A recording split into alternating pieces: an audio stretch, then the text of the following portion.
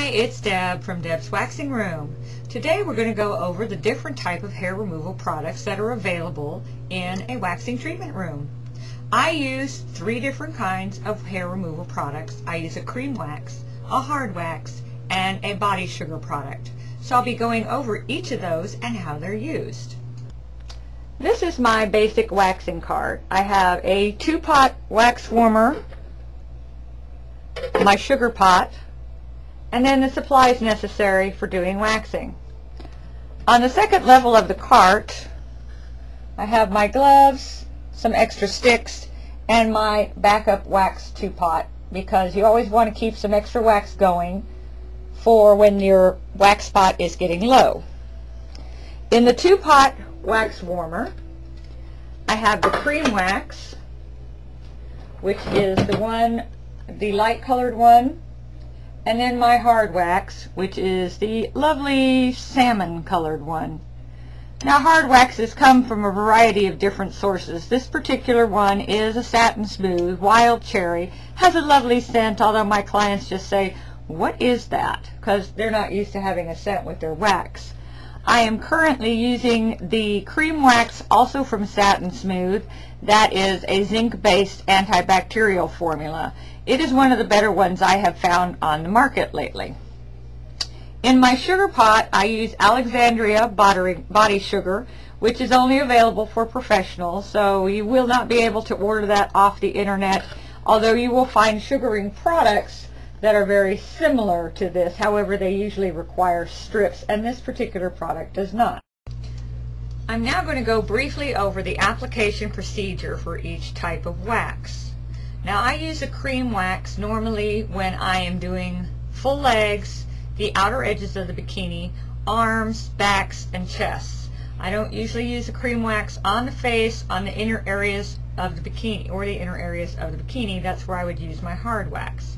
The cream wax needs to be at a medium temperature. The consistency should be somewhat liquid, but not like water. This is the perfect consistency of a cream wax. It is somewhat runny, but you can still see as it sits on the stick that it's a little on the thick side. Now, the hard wax, on the other hand, always stays at a very low temperature. As a matter of fact, as you can see from my temperature dial, I keep my hard wax on the standby position only. I never turn that thermostat up, and that leaves it at the exact right temperature. It is a low melting point wax, so it does not feel very hot, and it will not ever burn your client if it's kept at the proper temperature. And you can see that this is a much thicker wax.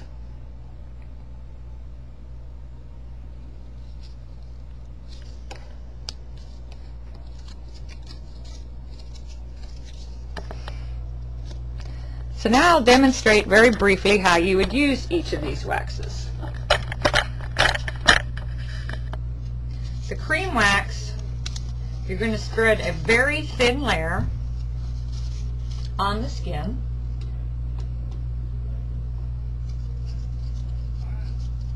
Nice thin layer, keeping your stick at an angle, just like that, so that you get a nice even spreading of the wax. Do not lay the stick down flat and try to spread. It doesn't work well. It always needs to stay at an angle. That way the wax drops down to the end of the stick and spreads very smoothly. Then you will apply either muslin or non-woven strip. I prefer the non-woven strips because they don't have any strings that cling to the skin. Push that down into the wax and pulling against the hair growth. Normally your hand would be here as pressure, but I only have 2 hands. You just pull it off. Immediately apply pressure, because that lessens the pain to the client. And you have lovely hair-free area. We won't show you what that looks like. The hard wax, on the other hand, goes on a little different. Once again, using my lovely arm as an example, pull some of the hard wax out of the pot. I want you to go ahead and see that as you pull that wax out of the pot, twirl your stick, and you need to do a slight flicking motion to get the wax to let go. You then apply it in the same way against the direction of hair growth. No, with the direction of hair growth. Sorry, I'm getting confused with sugar. And you put a nice thick coat on.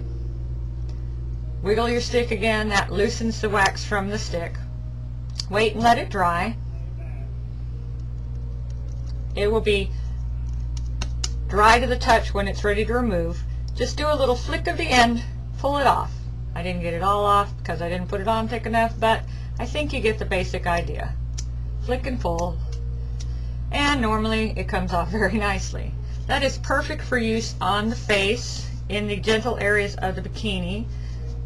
There's no redness usually, and it only adheres to the hair, not to the skin.